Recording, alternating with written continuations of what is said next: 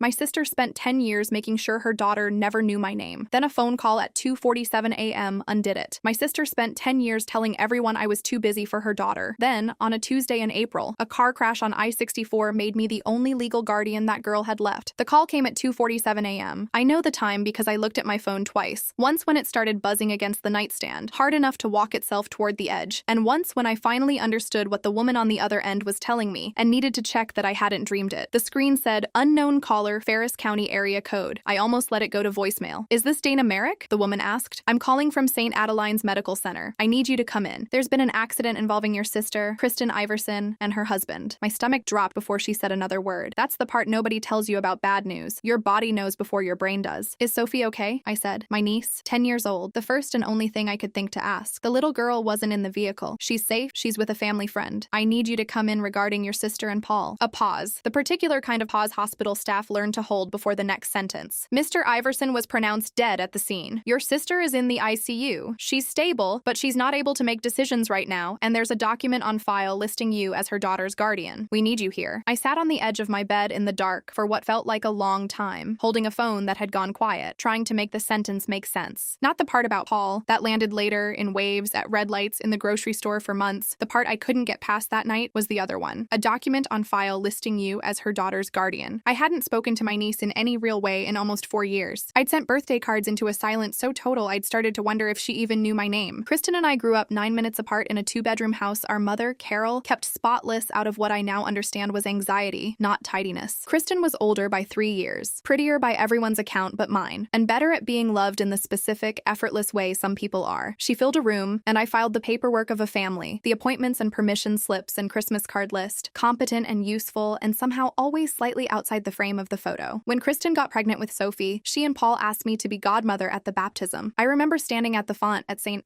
Bernard's in a green dress I still own, holding a 6-week-old who slept through her own christening, and feeling, for once, fully inside the family instead of orbiting it. Paul squeezed my shoulder afterward and said, "If anything ever happens to us, kid, you're it." I laughed. Nobody in that room thought it would matter. What I didn't know, what almost nobody knew, was that a few months earlier, Kristen and Paul had gone through what Kristen later called a rough patch, and I would later learn was closer to 6 weeks of separate addresses and a marriage counselor Kristen never mentioned again. In the middle of that, on the advice of their estate attorney, they'd drawn up wills. Standard advice for new parents: name a guardian in case the unthinkable happens to both of you. Paul suggested me. Kristen, according to the attorney's file, didn't object. It went in as a formal testamentary guardianship clause, notarized, witnessed, filed. Then Kristen and Paul reconciled, had a second honeymoon in Traverse City, and never updated a single page of that document again. I found all of this out later, in pieces, from a man named Warren Sokol, the family's estate attorney, 26 years into a practice that had clearly taught him how to deliver information to a stunned person without making it worse. But I'm getting ahead of the part of the story that actually explains why. When the hospital said my name was on a document, my first genuine thought was, that has to be a mistake. Because for the 10 years between that baptism and that 2:47 a.m. phone call, Kristen had made it very clear, in 100 small ways, that I had no real place in her daughter's life. It didn't happen all at once. That's not how it happens. It happened the way water gets into a foundation, quietly, in places you can't see, until one day something that should be solid isn't. It started with the school. When Sophie was 5, Kristen and Paul were choosing between the public elementary 2 blocks from their house and a small Montessori program across town. I found out about the decision from my mother 3 weeks after it had already been made, in a passing comment over coffee. "Kristen picked Cedar Grove," Carol said. "Good thing too, it's a lottery. You have to apply a year out." I hadn't known there was an application. I hadn't known there was a decision. I told myself Kristen was busy. She was, genuinely, working full-time and pregnant again at the time with a pregnancy that didn't survive the first trimester, something I only learned about 8 months after it happened, again from our mother. Then it was medical. Sophie was diagnosed with a mild anaphylactic allergy to tree nuts when she was 6, after a birthday party incident that put her in urgent care for 4 hours. I found out because I saw a photo on Kristen's Instagram. Sophie in a hospital gown, thumbs up, our brave girl, and I called immediately, and Kristen picked up sounding surprised I even knew, and told me everything was handled, and got off the phone in under 90 seconds. I sent flowers to the house. I never heard whether they arrived. Some of it was smaller than that, small enough that I only noticed the pattern in hindsight. Christmas Eve dinners at Carol's, the one fixed point in the calendar where I still saw Sophie every year, always followed the same choreography. Kristen would arrive 20 minutes late with a dish she'd half apologize for. Our mother's ancient dog, a terrier named Biscuit, who'd outlived 3 of Carol's husband's worth of patience, would bark himself hoarse at the door, and Sophie would be steered, gently but unmistakably, toward the end of the table nearest Carol and Kristen, with a place already set for her before I'd even taken my coat off. I always ended up 2 seats down, next to whichever cousin's spouse nobody else wanted to talk to, drinking coffee out of the same chipped blue mug every year. Carol had a full set, but that one had a hairline crack along the handle, and it always ended up in front of me, like the house itself had assigned me the good enough dish. I used to joke about it. I stopped joking about it around the same time I stopped being surprised by it. By the time Sophie was 7, she'd started therapy for what Kristen described to relatives, when she described it at all, as some anxiety stuff, nothing serious. I found out 4 months after it started from a receipt I saw on the kitchen counter during a Christmas Eve dinner, a copay slip from a child psychologist's office with Sophie's name on it. When I asked Kristen, gently, what was going on, she told me it was under control and changed the subject before I'd finished the sentence. I never learned what had prompted it. I've wondered, since April, whether some of it was simply a child absorbing, without being told directly, that an entire relationship in her life had been quietly closed off and trying to make sense of the shape of that absence on her own. By the time Sophie turned 8, I'd stopped being told about birthday parties at all. I found out about the theme, a mermaid party, I remember, because Carol showed me photos on her phone with a kind of pointed cheerfulness, like she was handing me a knife with the blade wrapped in a napkin after it had already happened. When I asked Kristen why I hadn't gotten an invitation, she said, in the specific flat voice she used when she wanted a conversation to be over before it started, I didn't want to make you feel obligated. I know how busy you are at the firm. I worked at Halloran and Cobb, an architecture practice downtown. And yes, I worked long hours. 60-hour weeks weren't unusual during a big project, and I'd missed exactly 2 family things in 10 years because of actual work conflicts. But too busy became the explanation Kristen offered to everyone, repeated so often and so casually that it calcified into fact. My Aunt Ruth once told me, with real sympathy, it's a shame you never had time for that sweet girl. I didn't correct her. I told myself it wasn't worth the fight. I told myself Kristen was going through something. I told myself more than anything that if I pushed, I'd lose what little access I still had. The occasional group text, the annual Christmas Eve dinner where Sophie hugged me politely and called me Aunt Dana in a voice that had started, somewhere around age 7, to sound like she was being reminded to. I never corrected the story. That's the sentence I've turned over more than any other since April. I let a decade go by letting my sister narrate me out of a child's life because confronting her felt like it would cost more than staying quiet did. I was wrong about the math. I just didn't find out how wrong until a hospital caseworker handed me a folder at 11 o'clock in the morning and told me my name was the only one on it that mattered. But St. Adeline smelled like every hospital smells, disinfectant laid over something sweeter and worse underneath it, and I signed in at the front desk with hands that hadn't fully stopped shaking since the phone call. A woman in a lanyard met me in the ICU family waiting area before I'd even sat down. She introduced herself as Denise Okonkwo, a caseworker with Ferris County Child Protective Services, 19 years with the county, and I remember focusing hard on that number, 19 years, like it was a life raft, something solid in a room that had stopped feeling solid the second I walked into it. Ms. Merrick, thank you for coming so quickly, she said. I know this is a lot to process. I want to walk you through where things stand. Where things stood, as she explained it, was this. Paul Iverson had died at the scene of a collision with a jackknifed semi-truck on the interstate the previous evening, driving home from a client dinner with Kristen in the passenger seat. Kristen had been extracted from the vehicle with a fractured pelvis, 3 broken ribs, a collapsed lung, and a head injury severe enough that she'd been sedated and intubated overnight as a precaution. She was expected to survive. She was not, for the foreseeable future, days at minimum, more likely weeks, going to be in any condition to make decisions for a 10-year-old. Sophie had been at a sleepover at a classmate's house at the time of the crash, which was, Denise said carefully, the only mercy in the whole thing. She was safe, physically unharmed, currently with the classmate's family, and asking for her parents. With Mr. Iverson deceased and Mrs. Iverson incapacitated, Denise said, the county has to identify an appropriate guardian on an emergency basis immediately. Normally that's a process. In this case, it isn't, because the Iversons' estate attorney contacted us this morning. There's an existing, notarized, testamentary guardianship designation in their wills, naming you. That has to be old, I said. That has to be from before. I didn't know how to finish the sentence. Before what? Before I got quietly erased. It's from 9 years ago, Denise said, checking her folder. It's never been amended. Mr. Sokol confirmed it's still the operative document, which means legally you're not a candidate for guardianship, Ms. Merrick. You already have it. What we need from you today is whether you're willing and able to exercise it. My hands wouldn't stop shaking. I remember pressing them flat against my thighs and still feeling them go. I told her I needed a minute. She said I could have 5. Grief math, I was learning, comes with a clock on it. Before I left the ICU floor that first day, a man in scrubs with a lanyard reading DR, Amir Nasser, trauma, critical care, caught me in the hallway and introduced himself as the physician overseeing Kristen's case, 14 years in critical care, the last 9 of them at St. Adeline's. He walked me through it in the flat, careful cadence doctors use when they've delivered this particular speech more times than they'd like to count. The pelvic fracture would need surgical stabilization within the week. The collapsed lung was responding to the chest tube. The head injury was, for now, concerning but not catastrophic, a phrase I turned over for days afterward, unable to decide if it was meant to comfort me. She'd likely be in the ICU another 5 to 7 days, then a step step-down unit, then, if everything went the way they hoped, an inpatient rehabilitation stay of 3 to 6 weeks before anyone could realistically talk about her caring for a 10-year-old on her own. I'm telling you this, Dr. Nasser said, because whatever the county and the lawyers decide about custody, that little girl needs someone who can be present today. Not in 6 weeks. Today. He didn't say anything else about the legal side of it. That wasn't his job, he told me, almost apologetically. But I understood it as the closest thing to a professional opinion I was going to get from anyone in that hospital, and I held on to it. Later, going through the paperwork with Priya, I'd see the number the hospital's billing office quoted for the first 11 days of Kristen's stay alone, a little over $61,000, most of it eventually covered by insurance, some of it not, and I'd think about Dr. Nasser's 4 words, not in 6 weeks. Today. Somebody had to be the today person. I hadn't planned on it being me. I don't think anyone plans on it. They brought Sophie in around noon. I hadn't seen her in 11 months since the previous Christmas Eve, and in that time she'd gotten taller and lost the roundness in her face and looked, for one disorienting second, almost like a photograph of Kristen at that age that used to hang in our mother's hallway. She was wearing borrowed clothes, sweatpants that didn't fit, a t-shirt with someone else's name written in marker on the tag, and she stopped in the doorway of the family room when she saw me, like she was doing the math on whether I was supposed to be there. "Hi, Sophie," I said. My voice came out wrong, too bright, the voice of someone trying to convince a wild animal not to bolt. "Hi," she said. She didn't come closer. "Where's my mom?" "She's here, sweetheart. She's sleeping mostly, because of medicine, but the doctors say she's going to be okay. I'm going to stay with you for a little while, if that's all right." Sophie looked at Denise, not at me, when she answered. "Why is she here? She doesn't really do this stuff. She's busy with her job." It landed exactly the way it was meant to, except it wasn't meant maliciously at all. It was just what the girl believed, plainly and completely. The way children believe the things they've been told 1,000 times by the person they trust most. My throat went tight. I had to look at the industrial carpet for a second before I could speak again. "I'm not too busy today," I said. "I'm not too busy for you at all, actually. I never was. I think maybe somebody forgot to tell you that." She didn't answer. She sat down in the chair farthest from mine and pulled her knees up and didn't say anything else for almost an hour, and I let her have the silence because pushing into it felt like the last thing either of us needed. I told myself, she just needs time. This is grief. This is shock. This isn't really about me. I believed that mostly, right up until the moment, 3 days later, that I found out how much of it actually was. Warren Sokol met with me that Thursday in a small conference room off the hospital's administrative wing because Kristen had regained partial consciousness but was still under observation, and Sophie's placement needed to be formalized quickly. Sokol was a compact, precise man who talked the way I imagine he wrote contracts. Nothing wasted. The document is unambiguous, he told me, sliding a copy across the table. Testamentary guardian, effective upon the death or legal incapacity of both parents. It's witnessed, notarized, filed with the county. I've reviewed the Iversons' estate 3 separate times in the last 9 years for unrelated updates. The mortgage refinance, the 5 and 29 accounts, a codicil after Sophie's allergy diagnosis to add an emergency medical directive. Mrs. Iverson had the opportunity to change the guardianship designation on all 3 occasions. She never raised it. I asked him, because I had to, whether that meant anything or whether people just forget these things exist. "Both things can be true," he said, not unkindly. "People do forget. But I'll tell you what I told the county this morning, Ms. Merrick. In 26 years of estate law, I have never once seen a parent forget who they named to raise their child. They forget the guardian's middle name. They don't forget the guardian." That afternoon, my mother called. Carol had been at the hospital twice already, sitting with Kristen, and she'd heard, presumably from Denise or from Sokol's office, that I was the one Sophie was being placed with. She did not ask how I was doing. She asked, in a voice I recognized from 30 years of being the daughter who didn't quite fit the frame, why the county thought that was a good idea. "You work 70 hours a week," Carol said. "You don't even have a spare room set up." "Sophie needs stability right now, Dana. Not an experiment." "It's not an experiment, Mom. It's a legal document Kristen and Paul signed. Kristen would never have wanted this." "Then Kristen should have changed it," I said. And I heard how flat that sounded even as I said it, and I didn't take it back. Carol hung up on me. It was the first time in my adult life she'd done that, and it knocked something loose in my chest that had been holding steady since 2:47 a.m. I sat in the hospital parking garage afterward and cried in a way I hadn't let myself do yet. Not for Paul, not really, but for the specific, ordinary cruelty of being told, again, in a moment when I was trying to do the hardest right thing I'd ever done, that I was still the wrong choice. The following week, Carol showed up at the hospital with her own attorney, a family friend named Reggie Voss, who I'd met exactly twice at Christmas parties, doing real estate closings, asking the county to consider kinship placement with her instead, on the grounds that she was Sophie's grandmother, that she'd been a consistent daily presence in the girl's life, and that I was, in her sworn statement's own words, largely absent from the minor's life for a period exceeding 4 years. Denise called to give me a heads up before I saw the filing. "It's not unusual," she said. "Grief brings out territorial instincts in families. I want to prepare you. If this goes to a hearing, and given the will contest, it likely will, opposing counsel is going to lean hard on the absence narrative. You should have your own attorney, and you should start gathering anything that contradicts it." That was the evening morning I went home and instead of sleeping, went through 10 years of texts. I found what I expected to find, mostly. Birthday messages that got single-word replies or no reply at all. A photo I'd sent Kristen in 2019 of a graduation gift I'd mailed for Sophie's kindergarten completion ceremony, with the message, "Did this arrive? Excited for her." No response. But I also found something I hadn't expected. Tucked 3 years back in a thread I'd almost forgotten existed. A message from a neighbor of Kristen's, a woman named Yolanda Petrov, who I'd met once at a block party and connected with on Facebook afterward, more or less out of politeness. "Hey, this is random," Yolanda had written over a year earlier, "but I found a box of stuff in my garage I think your sister asked me to hold on to a while back. Birthday cards? Some had your name on the return address. I feel weird just having them. Want me to mail them to you, or should I ask Kristen first?" I hadn't seen the message. It had come in during a stretch when I'd muted notifications from an app I barely used. I sat on my kitchen floor at 11 at night and read it 4 times before I understood what it meant. I had sent Sophie birthday cards every year, without fail, for at least 3 of the years I now knew about, and they had never reached her. They'd been intercepted, held somewhere, kept from a child who believed because she'd been told that her aunt hadn't sent anything at all. I called Yolanda the next morning. She was mortified, apologetic, said she'd never followed up because things got busy and it felt awkward, but she still had the box. 3 cards. One still had $40 folded inside it for Sophie's 8th birthday, never opened. I didn't call Kristen. I didn't call Carol. I brought the box to my attorney instead, a family law attorney named Priya Anand I'd hired 2 days earlier on Denise's recommendation, and I put it in an envelope, and I didn't say anything to anyone because I understood, sitting on that kitchen floor, that I had finally stopped being someone who let other people's version of events stand in for the truth. Whatever came next, I wasn't going to be quiet about it anymore. That same week, I had to sit down with my managing partner at Halloran & Cobb and explain that I needed to take an extended, mostly unpaid leave. The firm's policy covered 2 weeks at full pay for a family emergency, and nothing close to what I actually needed, which was closer to 2 months to get Sophie settled, enrolled, and stabilized before I could reasonably split my attention with a drafting table again. It cost me somewhere around $11,000 in lost income by the time I went back part-time in June, plus a project handoff I'd spent a year building that got reassigned to a colleague. I want to be honest about that, because it matters to what came next in court. Reggie Voss, arguing for Carol, stood up during the hearing and told Judge Rosario that a woman with my documented professional workload was not a realistic long-term placement for a young child. The same argument, dressed in legal language, that Kristen had used on relatives for a decade. The difference was that this time, I had an answer on the record. I'd already taken the leave. I'd already turned the workload down. Priya submitted the firm's leave paperwork as an exhibit before Reggie finished his sentence. The emergency temporary guardianship order the county had granted me was set to expire in 19 days, at which point a family court hearing would either formalize it, modify it, or overturn it in favor of Carol's kinship claim. Kristen, by then off the ventilator and moved to a step-down unit, was well enough to be consulted, and Sokol told me gently that she had asked her attorney to explore revoking my designation. I understood it. I want to say that clearly because I think it would be easy to tell this story as though Kristen was simply cruel, and she wasn't. She was frightened and grieving and waking up in a body that didn't work right yet to find out that the sister she'd spent a decade keeping at arm's length was now the only person standing between her daughter and a stranger's care. Sokol explained to her, as he later told me, that a guardianship designation made years earlier by a person of sound mind, never formally revoked through the same legal process it was created by, doesn't get undone by a phone call from an ICU bed. Kristen's attorney told her the same thing. It didn't stop her from asking 3 more times. I went to see her once at Priya's advice before the hearing, not to fight, just to see her. She was propped up in a hospital bed, thinner than I'd ever seen her, an IV taped into the back of one hand, and when I walked in, she looked at me the way you look at weather you can't do anything about. "You don't have to do this," she said. Her voice was rough from the tube. "My mom will take her. It's fine. You have your job." "Kristen," I said. "I sent her a card every single year. Did you know that?" Something moved across her face. Not surprise, exactly. Recognition. The particular flinch of a person hearing a fact they've spent a long time not looking directly at. "I know," she said finally. "You know. I asked Yolanda to hold on to some stuff for a while. I wasn't trying to be a monster about it, Dana.